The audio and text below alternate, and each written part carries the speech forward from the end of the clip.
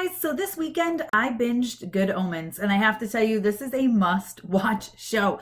It is only 6 hours, 6+ hours long. There's 6 hours-long episodes, and it is well worth 6 hours out of your life, I promise you. In fact, I think I'm gonna go back and watch it again.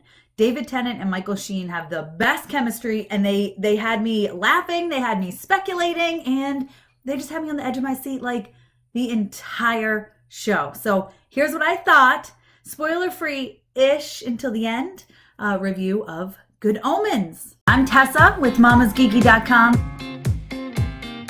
So right now you can watch Good Omens on Amazon Prime. If you're an Amazon Prime member, it's on Amazon Video, I think it's called. It's so worth your time, guys. I promise you. It is amazing. I mean, we all know David Tennant is absolutely incredible. I know he's absolutely incredible. I loved him in Jessica Jones. He's amazing at being the villain.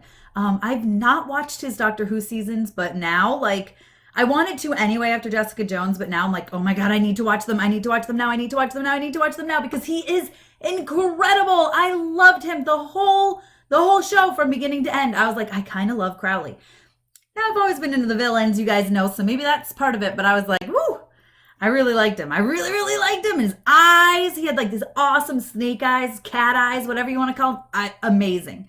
But I'll say from the beginning, the show had me laughing.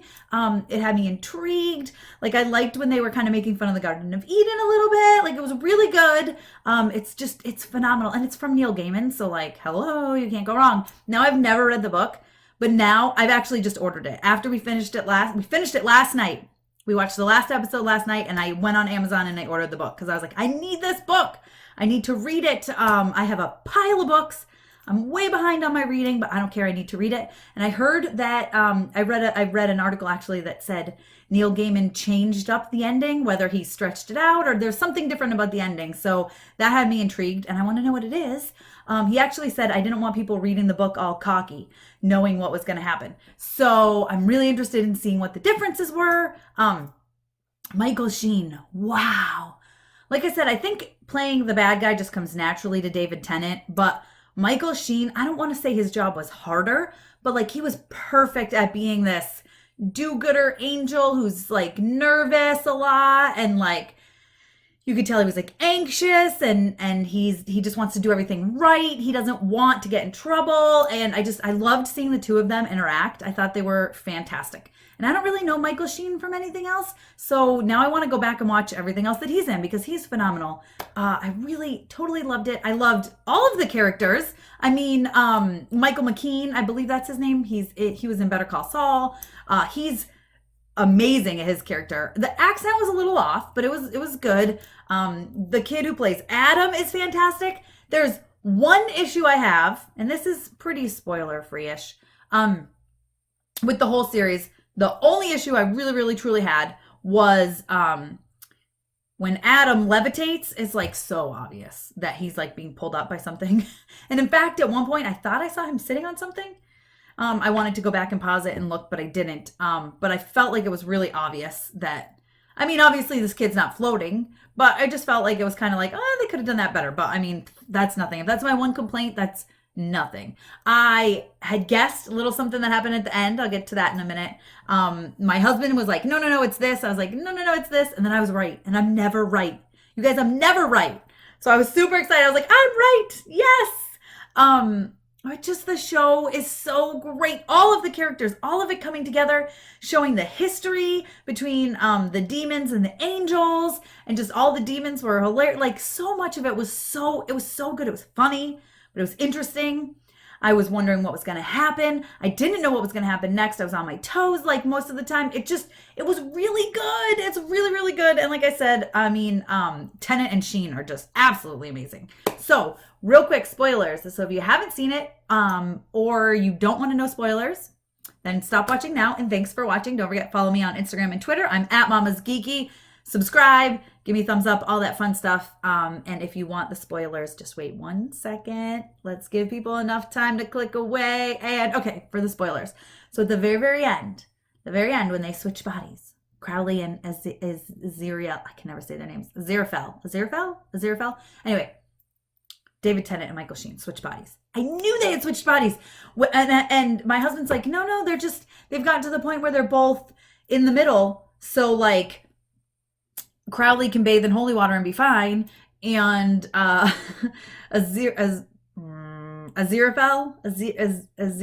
whatever his name is, can be in the flames. And I was like, no, no, no, they switched bodies. They totally switched bodies. And he's like, no, they didn't. Well, they had switched bodies, but I love that part. I thought it was so great. I was dying at the end when Aziraphale's like, I asked for a rubber ducky and I made Michael miracle me a towel. I thought that was so funny. The whole thing was so great. I really enjoyed it. I loved the story. I kind of loved how everything was solved. Not even by them.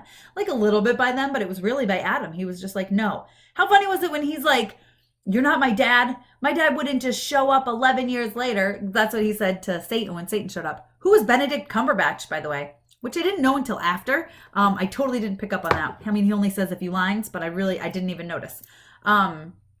I just loved it. I thought war, famine, pollution, I thought it was all fantastic. I did like how they said pollution came about when Pestilence retired a few years ago. I thought that was funny. But it just really makes me want to read the book because I know this is very, very heavily based on the book. And I'm very intrigued. I definitely am going to read it. If you guys have read it, let me know. It's totally worth the read, right? And if you've seen this, let me know what you think in the comments. Let me know. I thought it was amazing.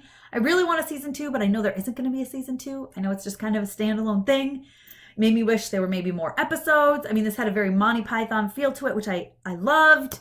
Definitely a 4.5 to 5 out of 5. I mean, I really can't say much about it except that floating part. That was kind of, I could just tell I was like, this looks bad. Like it could have been better. And when his eyes turned red, I was like, all right, yeah, okay. But it was like kind of lame. But I really enjoyed it.